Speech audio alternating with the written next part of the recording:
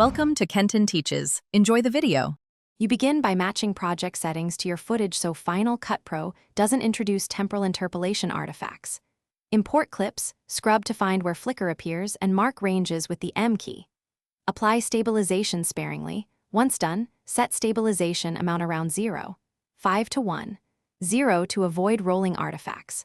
Also check frame rate and shutter-related issues. Mixed frame rates or converted slow motion often cause flicker. Make sure to duplicate a clip before heavy corrections so you can compare original versus corrected instantly. Next, target the flicker with temporal and color tools to stop the brightness jumps.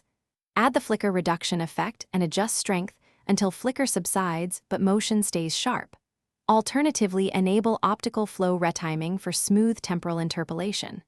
For exposure-related flicker, use color wheels and lower midtone or highlight gain frame by frame with keyframes. This evens out brightness without crushing blacks. If motion artifacts appear, toggle between frame blending and optical flow and preview at 100% to confirm improvements.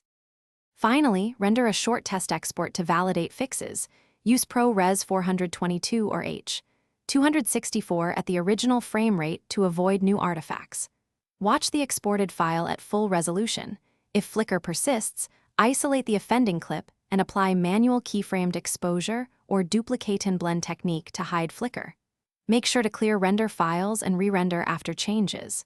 If nothing solves it, consider converting the source to a consistent frame rate or using specialized third-party flicker removal tools as a last resort. Thanks for watching. Please subscribe if this video was helpful.